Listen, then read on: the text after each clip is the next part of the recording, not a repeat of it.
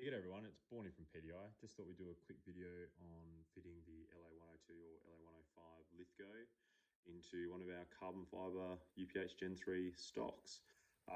It's a little bit different to a factory, not a lot, but a little bit. Basically, the recoil lug is now a part of the stock itself, and the machining for the bottom mill's a lot tighter. And also the inlet itself is a molded in carbon fibre bedding block, which is designed to match your action. It's a tight fit, so just some little processes have to take place to make life a lot easier. So yeah, hence the video. First up, carbon fibre. So recoil lug is actually a part of the stock. It's molded in, it's all part of it. And then you've got the block at the rear, which goes all the way through to a carbon fibre pillar at the back, same as carbon fibre pillar at the front.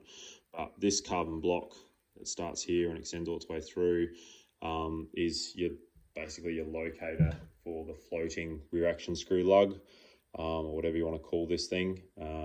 Basically, it's got to be a tight fit. As you can see, it doesn't have a lot of movement, unlike the factory. If you're finding that yours isn't going in, don't freak out.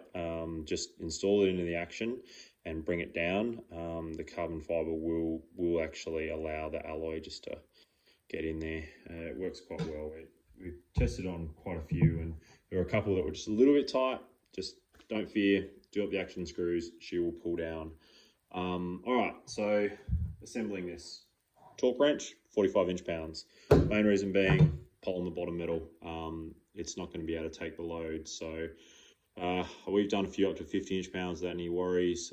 45 seems to be about right, considering it's a pull on the bottom metal. Step one is actually install the bottom metal. So stock over, basically 2 hands for beginners. Get the front just inside first. Make sure it's square and straight, and then push it in. Some people, you might find it doesn't quite want to go, just be a bit firmer with it. It will click into place. We've test fit every stock with the pull on the bottom metals, and we have a few of them, so we make sure they do go in. They are tight. Next up is, actually before you do that, you probably should just take an action screw and just make sure your holes are clear, just in case there's been any debris or packaging material down inside here, because these are very tight. Anyway, back to the process at hand. Take your rear, I don't know what you call it, action screw lug, slide him in, keeping him as central as possible. Bolt back, purist, sorry, should actually just remove that so everyone knows the rifle is cleared. It was done earlier, I did triple check the rifle was cleared. Anyway, locate him, take your stock, make sure that's in the middle of the shot, and you want to locate the actual trigger well. That goes on first. Keep bringing the rear down until you can feel it's going a little bit tight, and then just push the magazine release rearward and finish locating the stock. You'll have to sort of give the stock itself a slight nudge back because this was holding it forward, and that will locate it on that front recoil lug. Give it a good squeeze, make sure everything is nice and tight. Double check things a few times, make sure it all seems good. Rear action screw, slide him in. Front action screw, bit tight. Plastic has warped a little bit. That will free up with use, but mind you, once you assemble it, you're probably not going to pull it apart too many times. Again, 45 inch-pounds, pull on bottom metal, pull on the bottom metal. Get the front, sort of finger tight,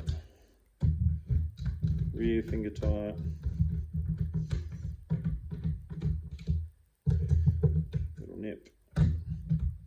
Little nip, up to 45.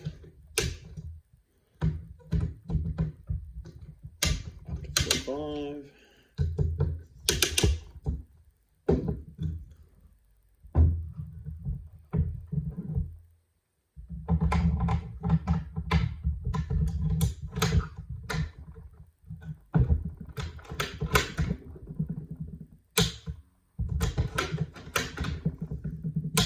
Seems to be working.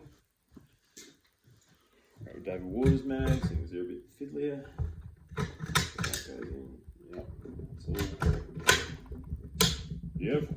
And that's how you assemble your Lithgow LA102 in one of our UPH Gen 3 stocks.